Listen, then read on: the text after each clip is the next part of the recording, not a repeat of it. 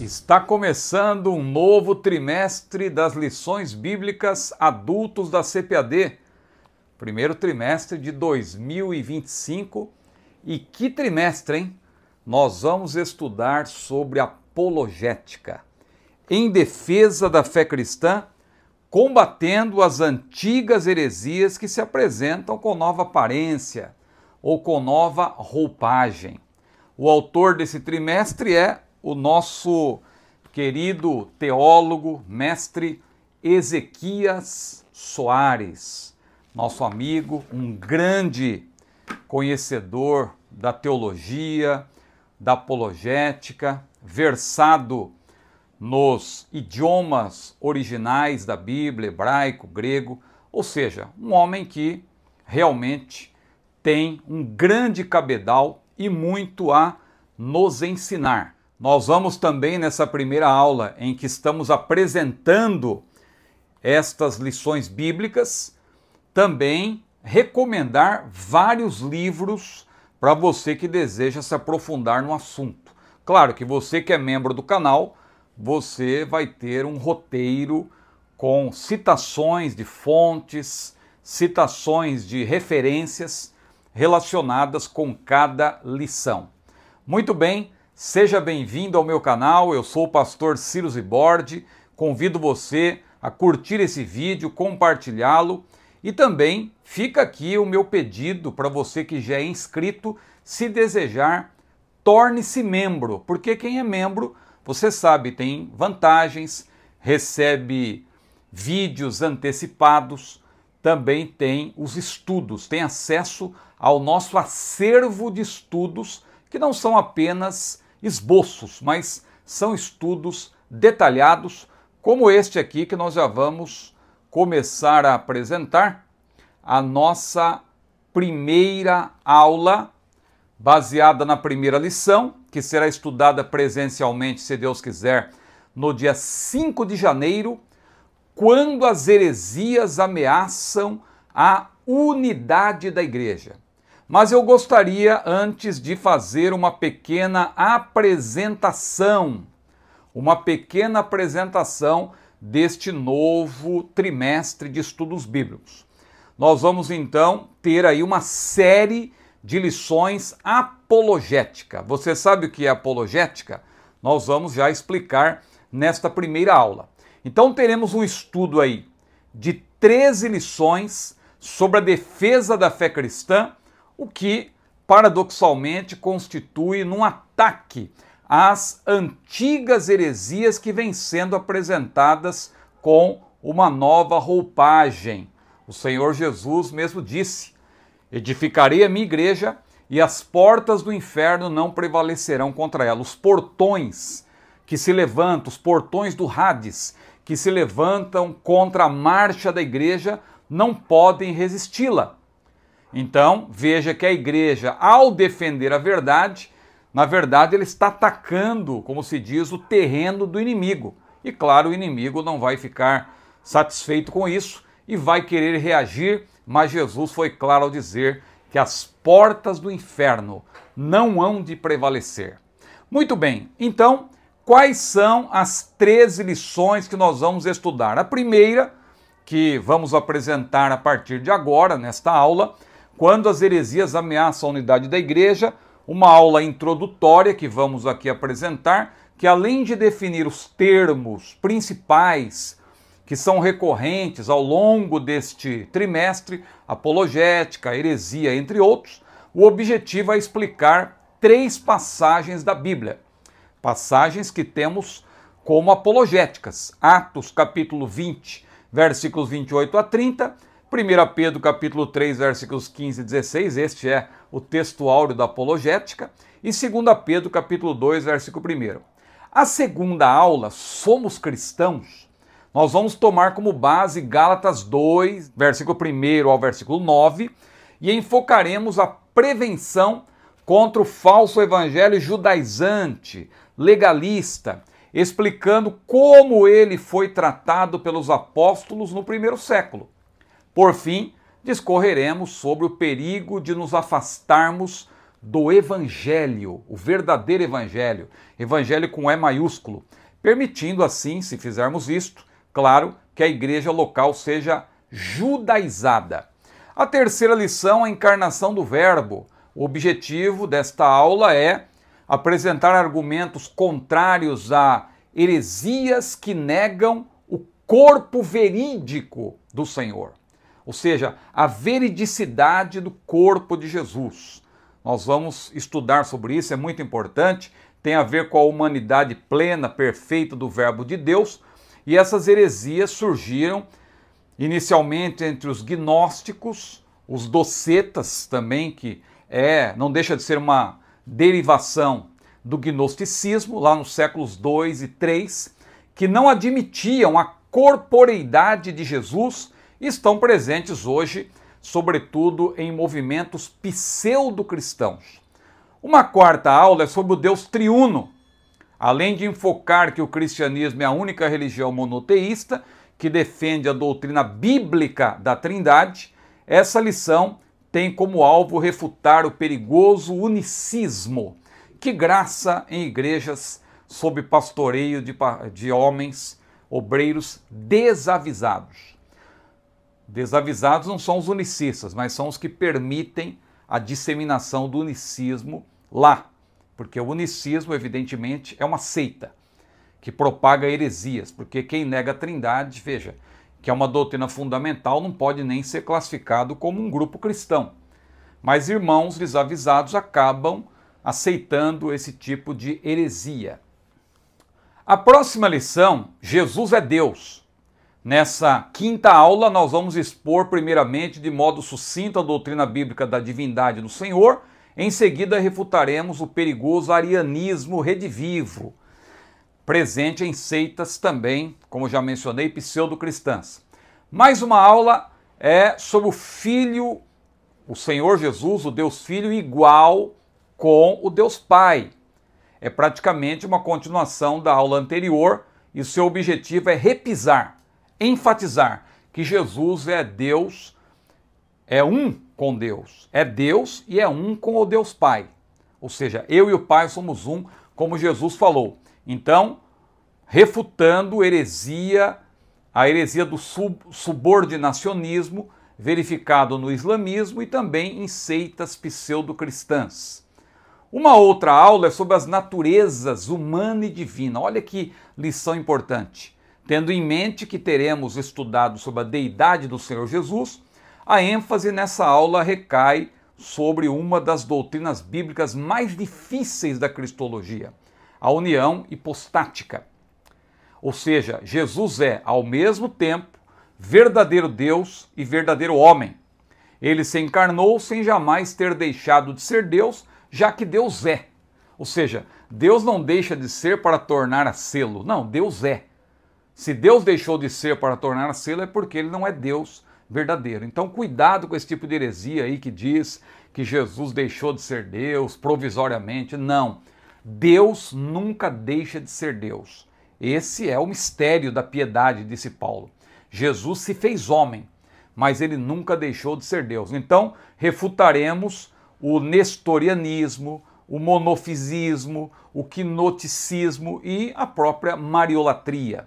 Outra aula é Jesus viveu a experiência humana. Mais uma vez, a perfeita humanidade do Senhor é enfocada. Mas nessa lição 8, a ênfase recai sobre o fato de que ele não foi um monge, um eremita, alguém isolado da sociedade, e sim um ser humano como nós, com exceção de que jamais pecou e assim por diante. Aí nós começamos a estudar também sobre outras doutrinas. Veja que teremos uma grande ênfase quanto à deidade do Senhor e também à sua humanidade, mas depois vamos estudar sobre o Espírito Santo. Olha que lição maravilhosa, aí pneumatológica. Teremos uma lição sobre hamartiologia, o pecado corrompeu a natureza humana.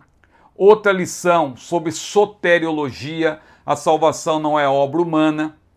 E, claro, refutando as heresias, apresentando a verdade, porque o mestre Ezequias Soares deixa muito claro que nós vivemos num tempo em que não basta apenas pregar a verdade, você tem que também confrontar o erro. Então olha aí que lição importante sobre a igreja. A igreja tem uma natureza organizacional. Então é uma aula, é uma lição que focará eclesiologia. Aí nós temos a doutrina, a lição final, a lição conclusiva, perseverando na fé em Cristo. Vai ser uma aula maravilhosa. Então eu não estou lendo aqui tudo, porque isso aqui é um roteiro que está à disposição dos membros do canal.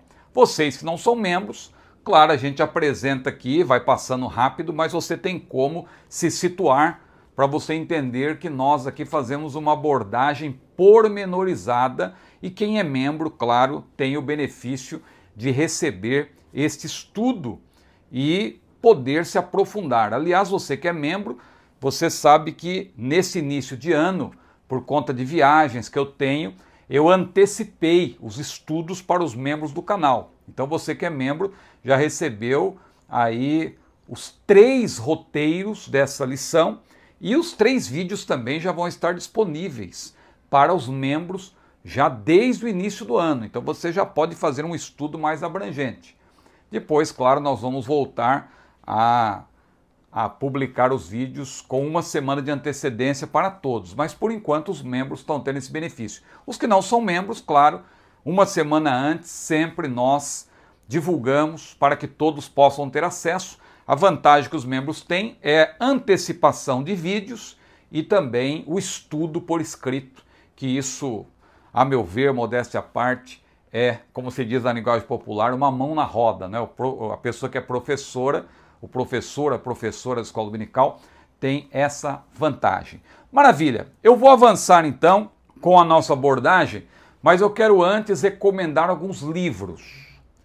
Primeiramente, claro, os livros do autor das lições bíblicas, que é o teólogo Ezequias Soares. Tem esse livro aqui que é, na verdade, o livro que tem tudo a ver com a lição.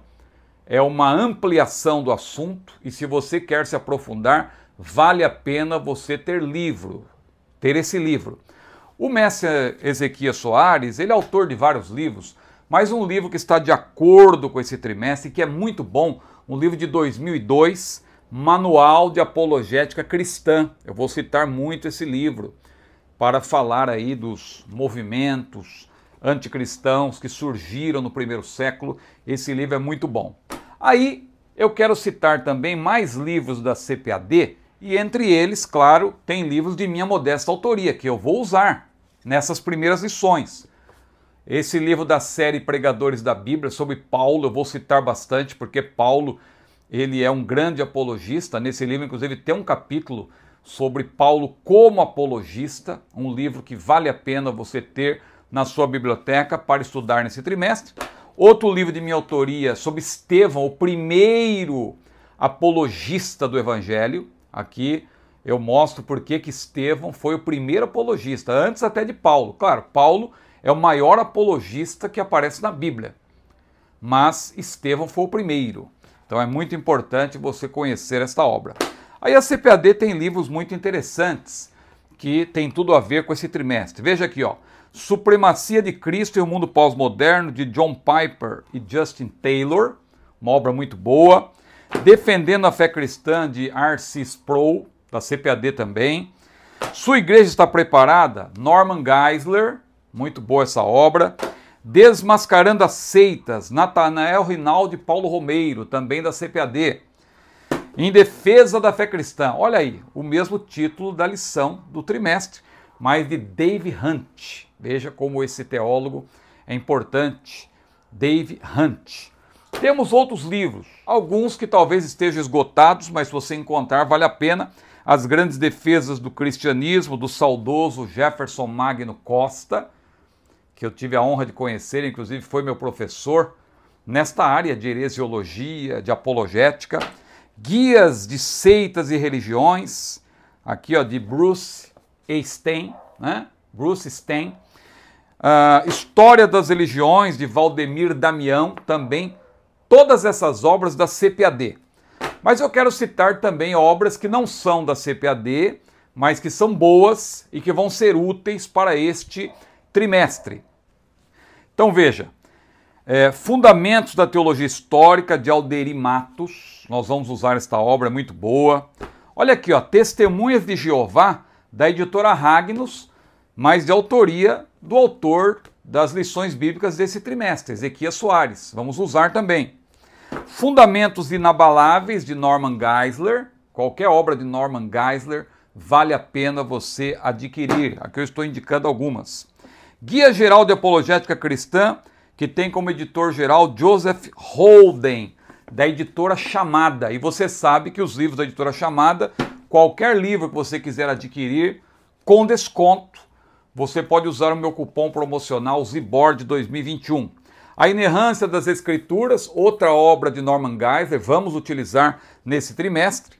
Quero recomendar também um curso prático de defesa da fé da Faculdade Teológica Betesda, do meu amigo pós-tribulacionista César Cavalcante. Nós divergimos no campo escatológico, mas essa obra aqui de apologética vale a pena. Esse curso, se você puder adquirir e fazer, recomendo. Muito bom. Também, História da Interpretação Bíblica, que nós vamos utilizar muito, de Gerald Bray, editora Vida Nova. E aqui também uma obra de Justo Gonçalves, Uma Breve História das Doutrinas Cristãs, também da editora Ragnos. Muito bem, estamos aí com já mais de 15 minutos de vídeo, mas você viu que foi um tempo muito bem aproveitado. Eu já fiz um panorama geral das lições bíblicas desse primeiro trimestre, recomendei livros e agora nós vamos passar para o comentário propriamente dito dessa lição, que aliás é uma lição densa. Essa primeira aula, ela é uma aula com muitos pormenores. Eu recomendo que você seja membro do canal para ter o nosso roteiro. A lição em si já é profunda. O mestre Ezequias Soares, ele, num resumo que ele faz aqui, porque ele não tem muito espaço, você já percebe a profundidade. E eu, quando estava estudando, eu percebi isso, e por isso, para facilitar a vida daqueles que são professores, ou mesmo alunos que querem aproveitar bem o assunto, eu fiz um desdobramento, modéstia à parte, aí que eu creio você vai gostar se tiver acesso ao nosso roteiro. Bom, ainda nessa introdução, nós vamos destacar então que essa primeira aula, como se vê pela apresentação que fizemos, nós teremos ao longo desse primeiro trimestre de 2025 um verdadeiro curso, irmãos. Um curso intensivo de teologia sistemática, porque vamos passar praticamente por todos os estudos da teologia sistemática, soteriologia, hamartiologia, pneumatologia, cristologia, teontologia e angelologia, por aí vai. Então é um curso intensivo de teologia sistemática, mas com ênfase para heresiologia e apologética. Ocupar-nos-emos tanto da análise e da refutação de doutrinas falsas, que vêm de fora, como das doutrinas falsificadas que surgem entre nós. Você sabe a diferença entre as doutrinas que vêm de fora e as que surgem entre nós? Fique atento que nós vamos explicar. Nesta primeira aula, daremos início a uma série, então, de estudos pela qual veremos que muitas heresias atuais surgiram na antiguidade, tendo sido ressuscitadas, entre aspas, muitas vezes entre nós, por falta de vigilância daqueles que foram constituídos supervisores do rebanho. Por isso, precisamos, antes de tudo, estudar sobre a nossa responsabilidade quanto à defesa da fé cristã. Paulo falou, eu fui posto para a defesa do Evangelho, mas não foi só Paulo, nós também temos que defender a fé cristã. Maravilha! Primeiro tópico, as ameaças dos lobos vorazes. Não vá pensar aqui que o autor está falando dos animais, mas sim de falsos obreiros, de enganadores. As ameaças dos lobos vorazes. Primeiro ponto, os cuidados pastorais. Aqui então, esse primeiro tópico ele é baseado em Atos capítulo 20, a partir do versículo 17, em que você tem ali um sermão de Paulo autobiográfico. Aliás, o único sermão registrado no livro de Atos em que Paulo se dirige a um público cristão. Os outros 6 registrados em Atos não são dirigidos a um público cristão. É aos romanos, aos judeus, às autoridades, aos filósofos, lá no Areópago. Mas aos cristãos, você só tem um registrado, que é esse aqui. Então olha o que eu coloquei no roteiro. Na volta de sua terceira viagem missionária, após revisitar igrejas da Europa, Paulo chega a Mileto, palco de seu famoso sermão, como eu falei, autobiográfico, aos presbíteros de Éfeso.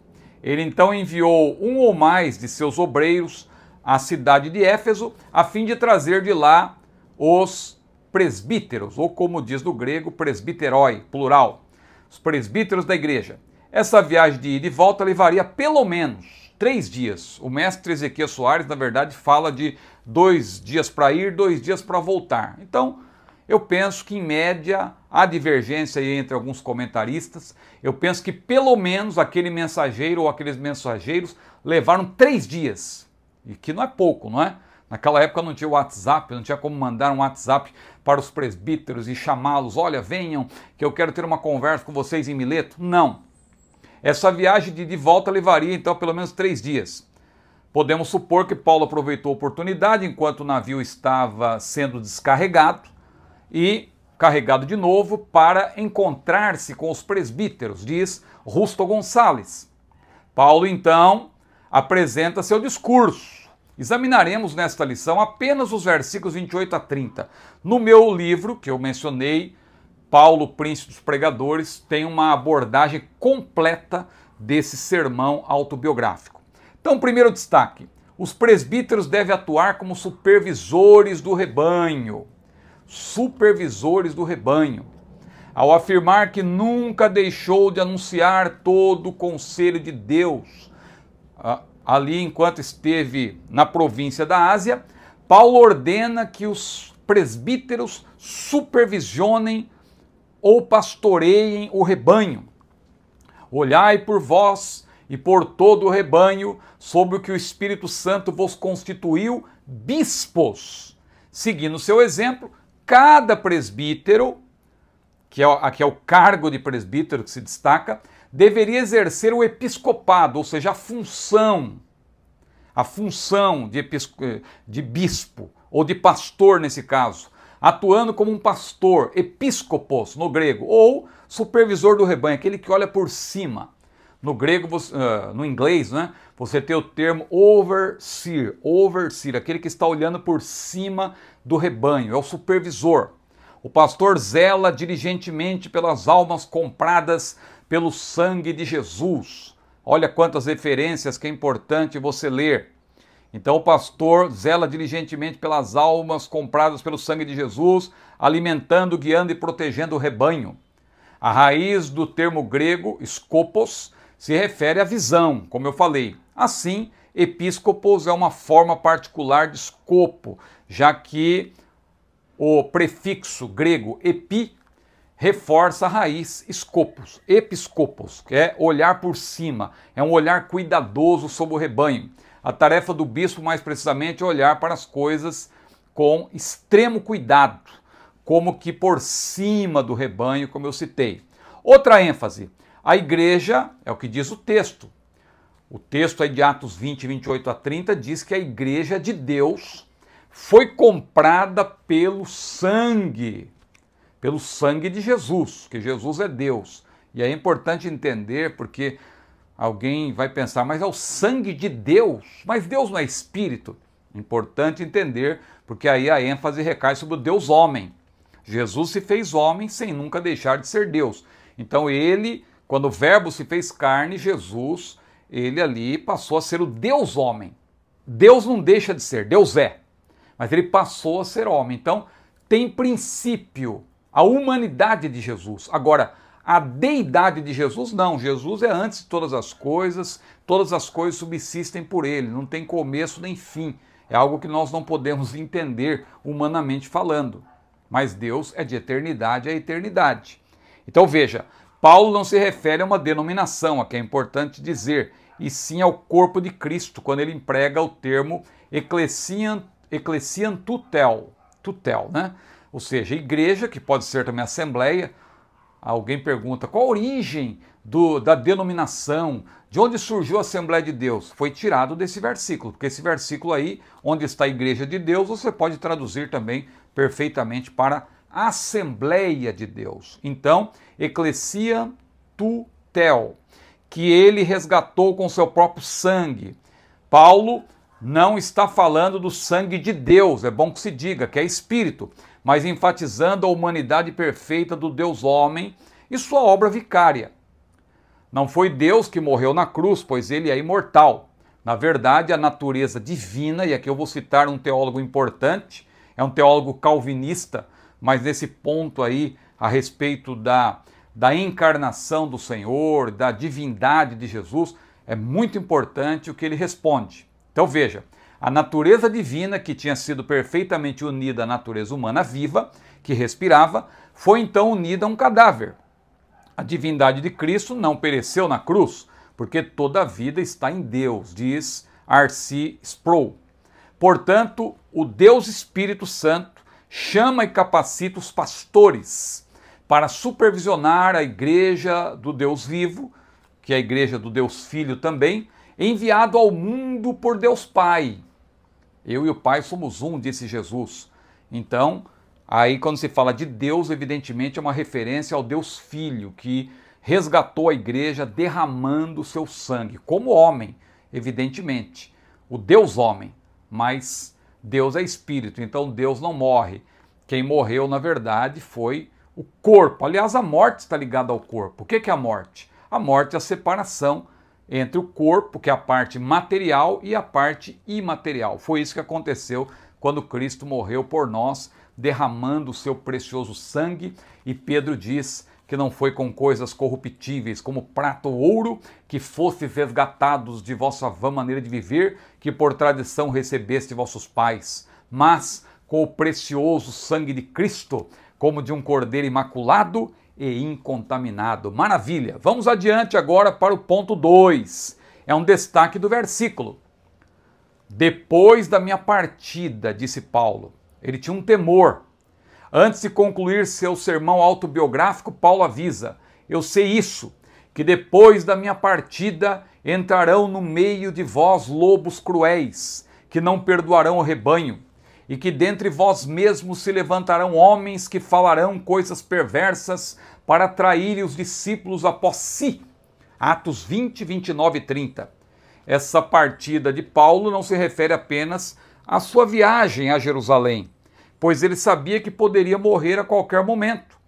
Vou para Jerusalém, disse ele no versículo 22, não sabendo o que lá me há de acontecer. Era muito importante que os presbíteros de Éfeso atentassem para o seu duplo alerta profético quanto aos lobos cruéis, que viriam de fora, e aos que surgiriam sobre eles mesmos. Então vamos aos destaques. Primeiro, o perigo das doutrinas falsas e falsificadas. E aqui é importante você entender a diferença. Doutrina falsa é aquilo que vem pronto de fora.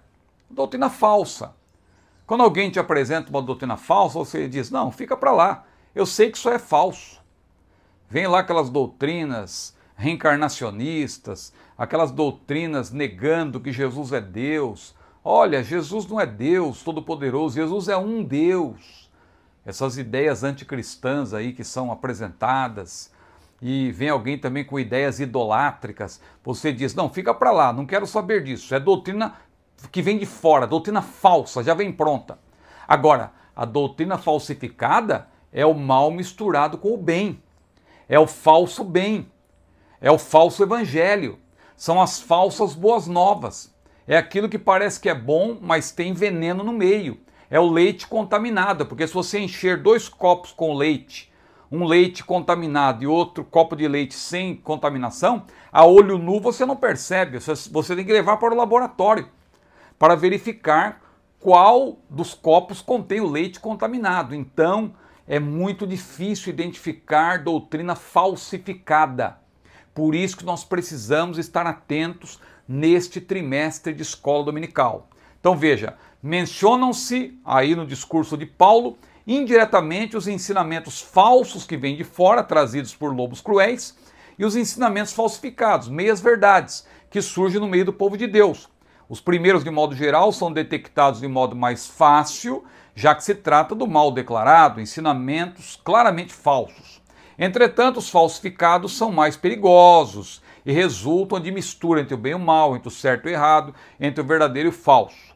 Outro destaque: quem são os lobos cruéis?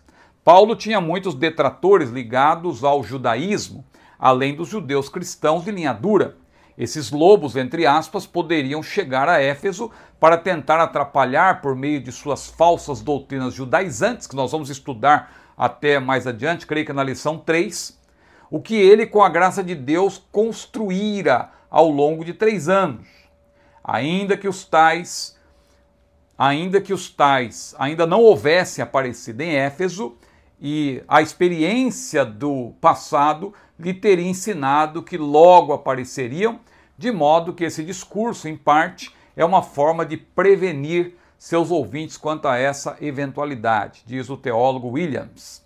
Vamos para o terceiro ponto, a origem dos falsos mestres. Veja, Paulo estava ocupado também com os ensinamentos falsificados.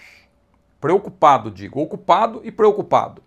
Esses, diferentemente dos falsos, como eu expliquei, que vêm de fora, são disseminados por obreiros. Ou seja, é uma pregação que a pessoa está falando da verdade, lá no meio tem veneno. É um hino que alguém canta, que é um hino muito bonito, mas lá no meio tem veneno. Esse é o falso evangelho. É o mal misturado com o bem.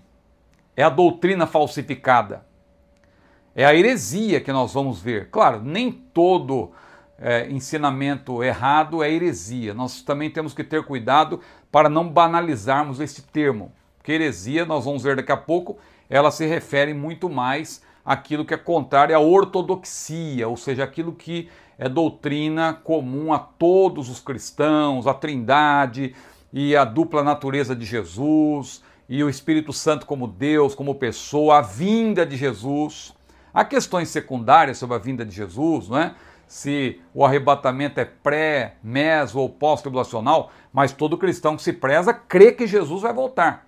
Se alguém aparecer para você e dizer, não, Jesus não vai voltar, isso é uma utopia, aí já é heresia, negou que Jesus vai voltar. Agora, a maneira de crer, se ele vem antes ou depois, claro, nós assembleanos somos pré-tribulacionistas.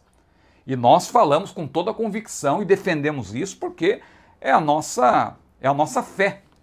Por meio da nossa declaração de fé, nós cremos, professamos e ensinamos a doutrina pré-tribulacionista como bíblica. Mas nós respeitamos os nossos irmãos de outras tradições que pensam de modo diferente. Agora, o que nós não respeitamos são as heresias propagadas por movimentos heterodoxos, movimentos heréticos, que nós vamos ver quais são eles ao longo desse trimestre. Então veja, observe o que Paulo falou. Paulo falou que os lobos, eles apresentariam também ensinamentos falsificados. Diferentemente dos falsos que vêm de fora, são disseminados por obreiros que muitas vezes prezamos, os quais se parecem com ovelhas, porém são lobos vorazes. Então, ele sabe que um bom orador, falsificador da palavra, ele aqui é Paulo, tido como excelente apóstolo, pode causar um grande prejuízo naquela igreja por ele fundada. Então ele está alertando os presbíteros de Éfeso. Primeiro destaque aqui desse ponto, os lobos vorazes e o gnosticismo. Nós vamos estudar sobre isso nas próximas lições, sobre o gnosticismo, sobre o docetismo e outras heresias que surgiram nos primeiros séculos. Então nós vamos entender melhor mais para frente o que é o gnosticismo. Mas aqui já vai uma pequena menção. Uma grande ameaça à época, além das tendências judaizantes, era a de os presbíteros doutrinados por Paulo serem influenciados pelo gnosticismo, passando a falar coisas perversas para atrair os discípulos após si. Então veja, quando Paulo diz que surgiriam entre eles lobos vorazes, é que obreiros, mesmo aqueles obreiros doutrinados por Paulo, isso é uma profecia, seriam influenciados pelo gnosticismo especialmente, como nós vamos ver em aulas mais para frente, E esses obreiros influenciados por essa ideia gnóstica, a chamada gnosis, eles trariam para dentro da igreja esses ensinamentos heréticos, levando aí os discípulos após si. Então os gnósticos disseminaram por toda a Ásia Menor e Europa, depois da partida de Paulo, a doutrina denominada gnose, derivada do platonismo que mescla elementos sagrados com pagãos, atribuindo uma importância central ao conhecimento revelado sobre Deus e sua natureza. Essa heresia influenciou muitos pregadores daquela época, que passaram a pregar uma espiritualidade, entre aspas, extremada. Portanto, a causa de maior dano às igrejas foi a doutrina falsificada dos pregadores e mestres, que, influenciados pelo gnosticismo, tornaram-se lobos e introduziram encobertamente heresias de perdição entre os irmãos, e Pedro também tratou disso. Pedro tratou dessa questão das heresias de perdição que surgiram entre os irmãos. Outro ponto, uma pergunta. Há lobos mais perigosos que outros? Porque se Paulo falou que tem lobos que vêm de fora e lobos que surgem entre os irmãos, claro que aqui você tem dois tipos de lobos, e eu digo que aqueles que surgem entre nós, porque eles propagam doutrinas falsificadas, e que, como eu falei, é muito mais difícil identificar do que as doutrinas falsas. Então, claro, esses lobos que estão no nosso meio, eles são muito piores do que os lobos que vêm de fora. Então, note, lobos em pele de lobos, embora perigosos, podem ser identificados. Então, tem cara de lobo, tem jeito de lobo, não tem como você dizer que não é lobo. Tem pelo de lobo, andar de lobo, e também faz o mesmo som, emite o mesmo som dos lobos. Claro que é um lobo. Agora, o problema é quando o lobo tem pele de ovelha. É isso que Jesus mencionou, que nós devemos vigiar e tal, quanto àqueles que vêm até nós vestidos como ovelhas, mas são interiormente lobos devoradores. Então é isso que eu explico aí. Lobos da atualidade. Infelizmente não são os professores seculares que trazem heresias para dentro das igrejas, e sim os professores de seminário. E por aí vai, irmãos. Esse ponto também é muito importante. Mas agora vamos para o segundo tópico, o que é apologética. Porque nós temos que definir, temos que saber o que é de fato a apologética. Então, o primeiro ponto, definição. Apologética, porque nós vamos estudar ao longo desse trimestre, então temos que dar uma definição já nessa primeira aula. Então veja, apologética cristã, eu digo que é uma redundância, porque a apologética é muito difícil você encontrar o termo apologética fora do estudo da teologia cristã. Claro que a apologética, de maneira geral, ela é cristã, mas não tem problema em você falar apologética cristã. É um reforço, é uma ênfase, é uma redundância importante até. Então, apologética cristã é uma redundância, já que empregamos o termo apologética como sinônimo de defesa da fé cristã. Mas a prática de fazer discursos apologéticos, como veremos em Atos dos Apóstolos, surgiu primeiro entre os filósofos gregos. Qual a origem da apologética? Aristócles de Atenas, mais conhecido como Platão, escreveu a Apologia de Sócrates. Então, se você já leu a Apologia de Sócrates, foi escrita por Platão, e você sabe que Sócrates mesmo não escreveu nada porque ele era contra a escrita, mas Platão registrou a Apologia de Sócrates, que foi a sua defesa, salvaguardando-se ali dos seus acusadores, e ele apresentou essa defesa justamente lá no Areópago, no mesmo lugar onde Paulo pregaria, séculos depois. Então veja, apologética no Novo Testamento. O termo grego apologia aparece pela primeira vez em Atos 22, versículo 1, e com o mesmo sentido empregado pelos filósofos gregos. Não obstante, há pelo menos duas passagens em que esse vocábulo se refere especificamente à defesa do Evangelho. É justamente Filipenses 1,17, em que Paulo diz: eu fui posto para a defesa, para a apologia do Evangelho, e 1 Pedro 3,15, em que nós encontramos um verbo. Ali está o substantivo grego, mas na língua portuguesa aparece um verbo, responder. Na língua portuguesa, Pedro disse: estais sempre preparados para responder com mansidão e temor a todo aquele que pedir a razão da esperança que é em vós. Mas quando você vai para o texto grego, você tem o substantivo, apologia. Então, em outras palavras, Pedro está dizendo que nós temos que estar prontos, preparados para fazer com mansidão, com temor, uma apologia, uma defesa da sã doutrina. Então, na primeira referência, como eu explico aí, Paulo diz que foi posto para a defesa do evangelho e Pedro fala aí de fazer uma defesa. Eu cito, assim como o autor também, você percebe, eu cito algumas versões em que você vai encontrar essa frase, fazer uma defesa. Na NESB, por exemplo, que é a minha versão preferida em inglês, New American Standard Bible, você vai encontrar aí to make a defense, né? E também na Reina Valera, 1960, presentar defensa. Então tem tudo a ver em fazer uma defesa. Pedro está falando de fazer uma apologia do Evangelho. Jesus foi o primeiro apologista do Evangelho? Essa é uma pergunta interessante. Talvez você já fez essa pergunta na sua mente quando eu falei que Paulo é o maior apologista mencionado no Novo Testamento. Lembra que eu falei isso no começo desta aula? Talvez você pensou, mas e Jesus? Pois é, Jesus não conta nesse caso, por quê? Porque quando falamos de uma apologética cristã, é claro que é uma apologética referente a Cristo. Então é o que vem depois dele. Então é o que explico aí. Não há dúvida de que Jesus foi o primeiro a valer-se da apologética no primeiro século, haja vista ter usado o raciocínio lógico para responder aos que se lhe opunham. Além disso, defendeu de várias maneiras a verdade de que é o Messias, o Filho de Deus. Entretanto, ele não foi a rigor o primeiro apologista do Evangelho. Os termos apologista do Evangelho e apologética cristã dizem respeito ao que vem depois de Cristo, uma vez que os complementos do Evangelho e cristã aludem às boas novas que ele anunciou ao andar na terra. Então, além disso, Jesus foi muito mais que apologista, teólogo, pregador, pastor, mestre, apóstolo, etc. Ele é o nosso supremo paradigma em todos os sentidos, ele é o nosso modelo. E aí eu cito o teólogo Zibord, né? Modéstia à parte, aqui na obra Estevão, o primeiro apologista do Evangelho. Outro ponto, apologética e a era dos apologistas.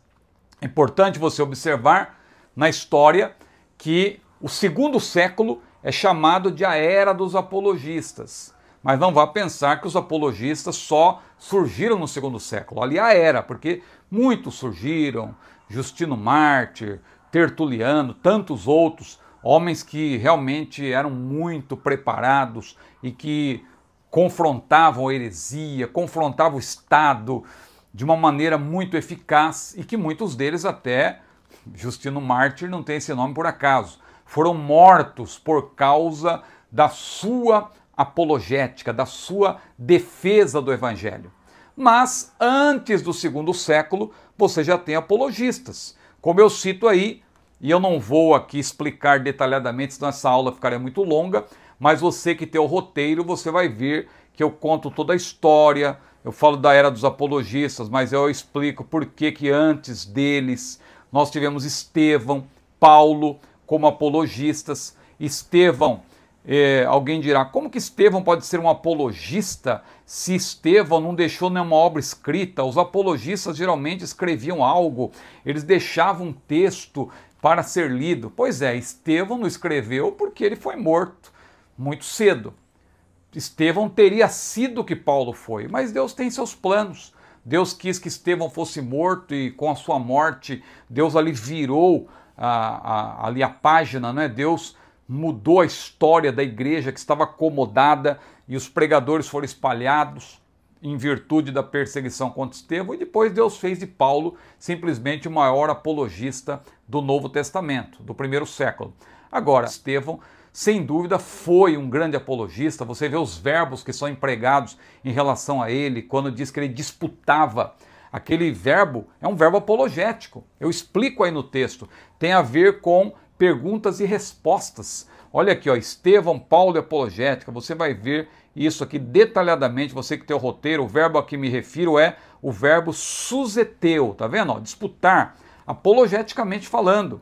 Surge no debate entre Estevão e os judeus das sinagogas. O substantivo grego apologia é empregado pela primeira vez por Paulo, como preso do Senhor, em seu primeiro discurso de uma série de 3 em defesa do Evangelho. Outro ponto, a que defesa Pedro se refere? Você já sabe, a defesa da sã doutrina, porque ele diz, estáis sempre preparados para responder ou para fazer uma defesa, fazer uma apologia. daquilo que nós cremos, mas tem que ser com mansidão e temor.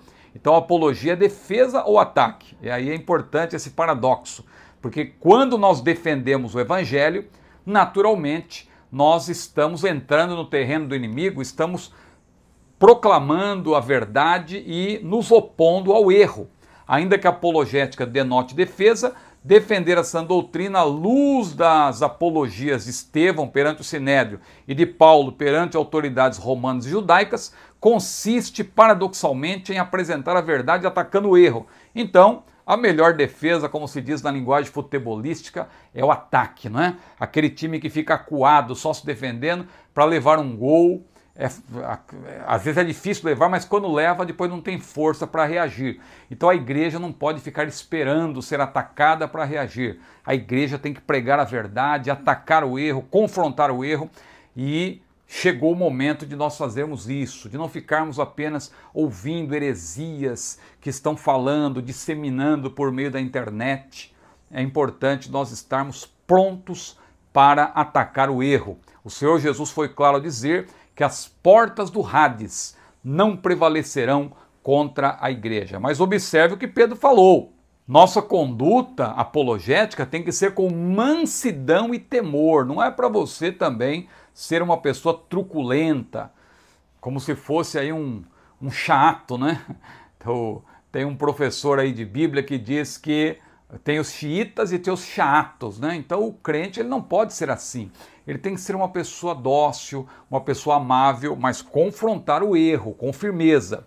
Então aqui você tem o exemplo que eu cito aí de Estevão como modelo de apologistas. É impressionante. Quando você compara a vida e obra de Estevão com isto que Pedro falou sobre a apologética, você vai ver que Estevão é um modelo perfeito nesse sentido.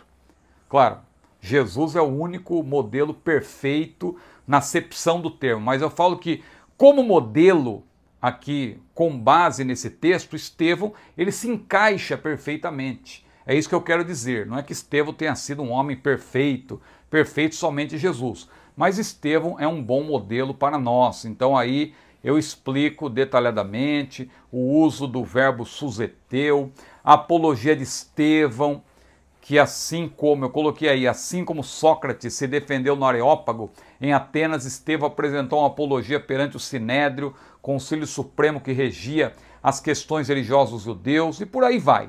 Veja que tem muitos pormenores. Eu não estou lendo tudo, mas eu estou apenas passando pelo texto para você que não é membro perceber como é importante você ser membro e ter esse roteiro detalhado. É praticamente o capítulo de um livro que eu fiz para você estudar essa lição.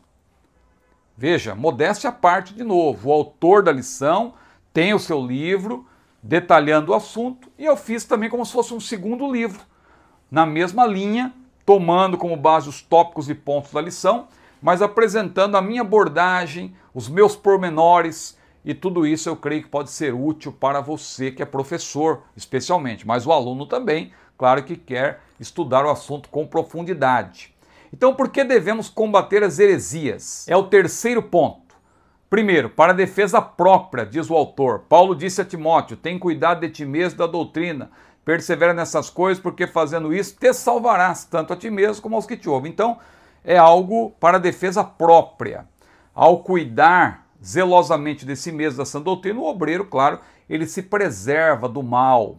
E também um outro detalhe, para ajudar os outros na compreensão da própria fé. Cristãos apologistas salvam, entre aspas, também os que ouvem as suas apologias, inclusive os contradizentes. Há pessoas muito confusas hoje em dia por causa de muitas opiniões embasadas, entre aspas, constantes das redes sociais. É preciso ter longanimidade, mansidão, temor para ajudar esses irmãos. Como diz o apóstolo Pedro também, é preciso ter mansidão, temor e também paciência para poder ajudar os irmãos. Muitos irmãos confusos, você tem aí na internet pessoas que se valem de um conhecimento, por exemplo, da arqueologia e realmente tem um grande conhecimento nesse campo, para vir com heresias, para dizer, por exemplo, que Jesus e Miguel é a mesma pessoa, para dizer que o mais importante não é o sacrifício de Jesus na cruz, mas é um certo juízo investigativo e tal, e a pessoa começa a ouvir esse tipo de discurso e se distancia da palavra de Deus. Então, é muito importante esse trimestre sobre apologética cristã.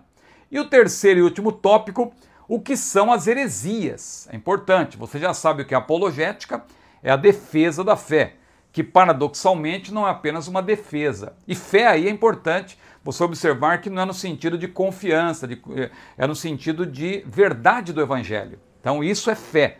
Defesa da fé é a defesa da verdade do Evangelho, é a defesa da sã doutrina. Heresia, eu quero aqui fazer uma rápida explicação, porque tem muita gente banalizando esse termo.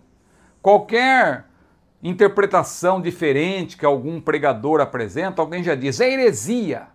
Outro dia teve até essa discussão aí, se vai haver tristeza no céu ou não, eu fiz até um vídeo sobre isso, e eu percebi que as pessoas não economizavam ao se referir a um ou outro pregador, dizendo, fulano cometeu uma heresia, fulano é herege, e eu até alertei, falei assim, não, meus irmãos, heresia não se deve usar assim para qualquer tipo de interpretação diferente. Às vezes a pessoa ela não teve a intenção também de enganar. É que ela pode estar equivocada, não é? Do nosso ponto de vista. Mas vamos observar aqui, o que são heresias? Primeiro, você tem que distinguir seitas de heresias, embora no grego a palavra seja a mesma. Eu explico aí, o termo hairesis, o autor também explica, é o mesmo termo, aliás, a maioria das vezes em que esse termo aparece no Novo Testamento é para se referir a seitas, grupos e não doutrinas. Somente uma vez esse termo é empregado, lá em 2 Pedro capítulo 2, versículo 1, no sentido de doutrinas falsas, heresias ou doutrinas falsificadas, mais precisamente. Mas, falando apologeticamente, né, no sentido apologético, claro que heresias hoje tem a ver com as doutrinas principalmente, enquanto que seitas tem a ver com grupos. Então isso que é importante você distinguir. O termo seita, que vem do latim também secta, e do grego hairesis, tem o sentido de escola, o modo de pensar e de viver de um grupo de pessoas. O sentido original desse vocábulo não é pejorativo, já que o próprio cristianismo nascente foi denominado seita. Atualmente, quando falamos em seita, estamos pensando num sistema, grupo religioso, num agrupamento, num movimento religioso livre, que em si mesmo implica em censura. Esse grupo possui sua doutrina particular, seus próprios princípios, que diferem daqueles que dirigem o corpo de Cristo. Na realidade, nenhuma seita se considera a si mesma como tal, são igrejas e outros movimentos que a denominam assim. Então, por aí vai. E o que são heresias? Elas são, primeiramente, produtos das seitas. E religiões também. Claro, quando falamos de religião é algo maior, não é? Budismo, islamismo, catolicismo, são religiões. Seitas são grupos menores, que muitas vezes advêm de grandes religiões. Como vimos, também há heresias ou doutrinas errôneas heterodoxas que surgem entre nós. Doutrinas falsas, falsificadas. Mais uma vez, eu reitero essa distinção entre o que é doutrina falsa e o que é doutrina falsificada. Doutrina falsa é o mal declarado, é o diabo apresentando-se como ele é. Mas é interessante que o diabo nunca se apresenta como ele é. Se o diabo aparecesse para nós com chifre, rabo, todo avermelhado, cuspindo fogo pela boca e dizendo eu sou o diabo, você não teria dúvida, você diria sai daqui agora em nome de Jesus. Mas o diabo às vezes vem, irmãos, através de seus agentes, falando de forma mansa, até com a Bíblia na mão, dizendo a paz do Senhor, e lá no meio do ensino ou da música você encontra heresias de perdição. Então tomemos cuidado com a doutrina falsificada, que eu já expliquei bem aqui, eu creio que vocês já entenderam. As doutrinas falsas podem ter duas origens, eu explico aí, tanto as falsas como as falsificadas, não é? A doutrina de Deus, a sã doutrina, claro, sempre tem origem na palavra de Deus. Agora, a doutrina falsa, ela pode ter origem humana. Lembra quando Jesus falou da doutrina dos fariseus, ou do fermento dos fariseus? Origem humana. E também demoníaca, no caso dos fariseus era duplo, porque Jesus também em certo momento, falou que aqueles religiosos da época, tinham cometido o pecado imperdoável de associar a obra que Jesus fazia a Satanás. Então a doutrina deles também tinha origem demoníaca.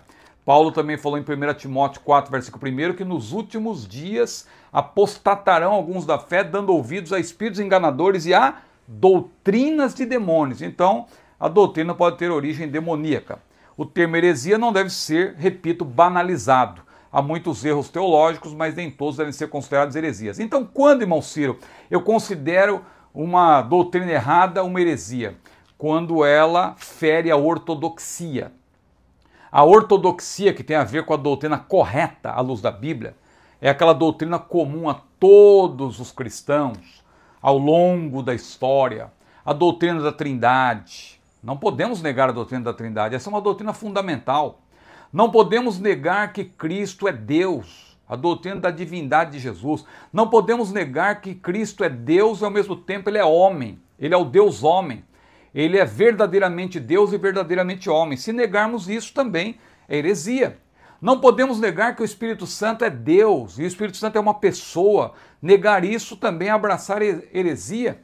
Não podemos negar a realidade da salvação exclusivamente pela graça. Veja, quem defende que o mais importante não é a cruz, não é a ressurreição, mas é na verdade o julgamento, o juízo investigativo, por exemplo, que nós vamos entender depois, mais adiante. Veja, isso também é abraçar heresia. Quem entende que a salvação é pela guarda dos mandamentos, salvação pelas obras, heresia. Agora, há questões, irmãos, que são secundárias. No campo da escatologia, por exemplo, as pessoas têm opiniões e acham que aquilo é verdadeiro, que já querem apresentar como se fosse um dogma. Não podemos ser dogmáticos, irmãos, em questões aí secundárias, mas muita gente é dogmático. Nós temos nossas convicções e defendemos muitas vezes. Eu, por exemplo, tenho certeza absoluta de que o pré-tribulacionismo honra as Escrituras. Mas não é porque eu tenho essa convicção que eu vou dizer que os irmãos pós-tribulacionistas são hereges, que eles vão para o inferno, e também na questão da doutrina da salvação, os calvinistas, os arminianos. Claro, tem aí algumas divergências, mas nós não vamos também chamar todos de hereges, porque aí não sobra ninguém. Aí nós vamos nos tornar uma seita. A Assembleia de Deus, se ela agir de uma maneira como algumas denominações agem, que não existe ninguém além deles, isso é característica de seita. As seitas são exclusivistas, então nós temos que ter cuidado com isso também. Então quando falamos de heresias, estamos falando de doutrinas heterodoxas, isto é, aquelas que depõem contra a ortodoxia. Eu creio que eu expliquei bem, mas quem tem o roteiro vai entender melhor. Heireses do Novo Testamento, é o segundo ponto, os termos seita e heresia, aqui o autor está, na verdade, reforçando o que nós já falamos, que aparece 9 vezes nas páginas neotestamentárias. Então nós explicamos aí também, e o autor fala das seitas que havia na época de Jesus, os saduceus, os fariseus, e a gente pormenoriza aí. E o terceiro ponto, então veja, o segundo ponto não é que eu estou deixando de comentar, irmãos, é que ele é um reforço, eu já falei sobre ele. Então, não precisa eu ficar aqui pormenorizando mais, você já sabe que heireses significa seitas ou heresias, seita ou heresia. Claro que a sonoridade te leva à heresia.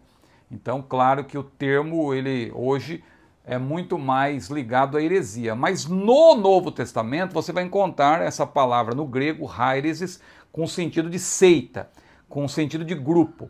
E nem sempre no sentido pejorativo. Hoje, claro, em heresiologia tem sentido pejorativo, tá certo? O terceiro e último ponto desse terceiro tópico, heresias de perdição.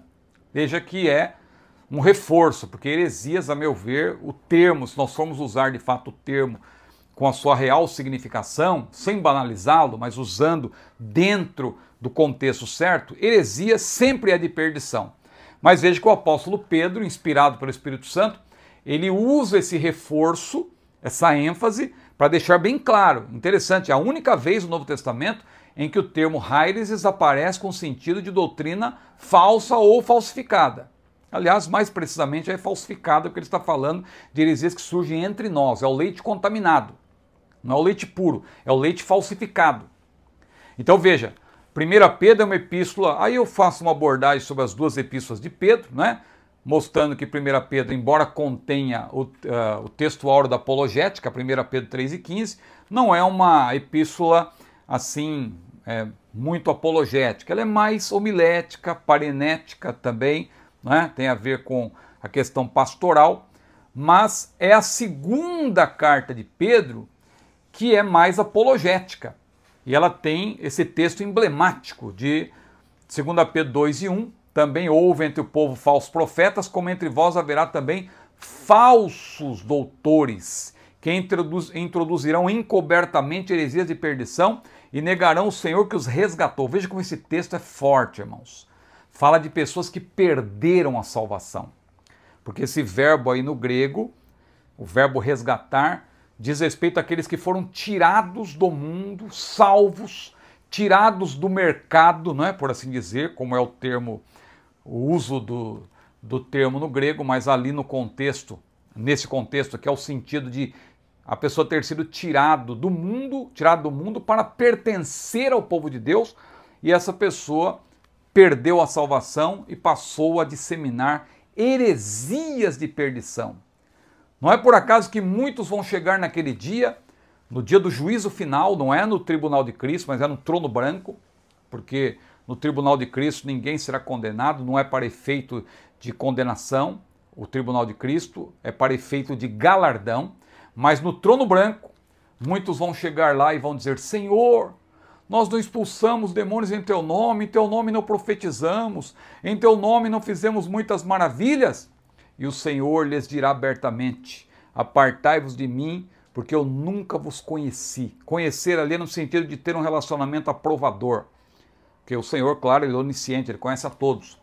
Mas, em outras palavras, o Senhor estará dizendo: olha, vocês pregavam, vocês expulsavam demônios, a maneira que vocês faziam ali, à base de ilusionismo muitas vezes, à base de exorcismo, faziam milagres, etc. Até pelo poder de Satanás, infelizmente. Deuteronômio 13, 1-4 nos mostra isso. E eu tenho um vídeo aqui no meu canal que eu coloquei recentemente, de parte de uma pregação minha na Assembleia de Deus em Abreu e Lima, em que eu faço uma pequena exposição desse texto de Deuteronômio 13, 1-4. Você vai ver que Deus permite que às vezes enganadores surjam no nosso meio e sejam até usados por Satanás, mas Deus permite isso para provar o seu povo. Então, muitos vão querer se justificar naquele dia, mas o Senhor lhes dirá: olha, vocês faziam, vocês pregavam, vocês expulsavam demônios, profetizavam, mas eu nunca tive convosco um relacionamento aprovador. Eu nunca aprovei a vossa obra. É esse o sentido de nunca vos conheci. Mas aí está o termo heresias de perdição, como veremos ao longo desse trimestre de estudo, alude a todos os tipos de doutrinas heterodoxas ou inortodoxas, contrárias à trindade, à deidade, à humanidade de Jesus, à deidade, à personalidade do Paráclito, que é o Espírito Santo, ao pecado, salvação, segunda vinda e por aí vai. E aí, as referências, eu citei vários livros aqui para o estudo do trimestre, mas para esta aula em particular, você também que é membro do meu canal vai ver as obras que eu tenho recomendado. Amém? Finalmente, hein? Uma longa primeira aula, mas foi importante porque nós também fizemos uma apresentação do trimestre e apresentamos no início desta aula vários livros que você poderá utilizar. E eu quero concluir aqui esta primeira videoaula desse trimestre lendo a conclusão, que eu achei muito interessante, o que o mestre Ezequias Soares falou aqui. Os apóstolos responderam aos opositores da fé cristã e lançaram a base da nossa teologia. Todos os escritos do Novo Testamento mostram essa luta acirrada contra as falsas doutrinas. É, pois, tarefa da igreja atual batalhar pela fé que uma vez foi dada aos santos. Judas, versículo 23. Finalizamos com a seguinte pergunta para reflexão: estamos a fazer pela verdade o que esses agentes da heresia fazem pela mentira? Pois é, irmãos, aqueles que disseminam a mentira estão aí trabalhando dia e noite, sem parar. E nós não podemos ficar olhando, como dizia minha avó, não podemos ficar olhando a banda passar. Nós temos que trabalhar e nos opor às heresias de perdição. Nós somos postos para a defesa do Evangelho. Amém? Que Deus abençoe a sua vida e espero você na próxima aula. Inscreva-se neste canal, por gentileza, curta esse vídeo, compartilhe e pense aí no meu convite de você tornar-se membro deste canal, claro, para nos apoiar e também ter aí os benefícios. É barato, é apenas R$ 6,99 por mês, o preço da assinatura, mas você tem benefícios, tá bom? Que Deus abençoe a sua vida. Se você tem dúvida de como se tornar membro, tem um vídeo até aqui no nosso canal. Quando você entra, você já tem aqui esse vídeo. Seja membro, é um vídeo de apenas 55 segundos e você vai ver como tornar-se membro do nosso canal. Que Deus abençoe a sua vida. A paz do Senhor.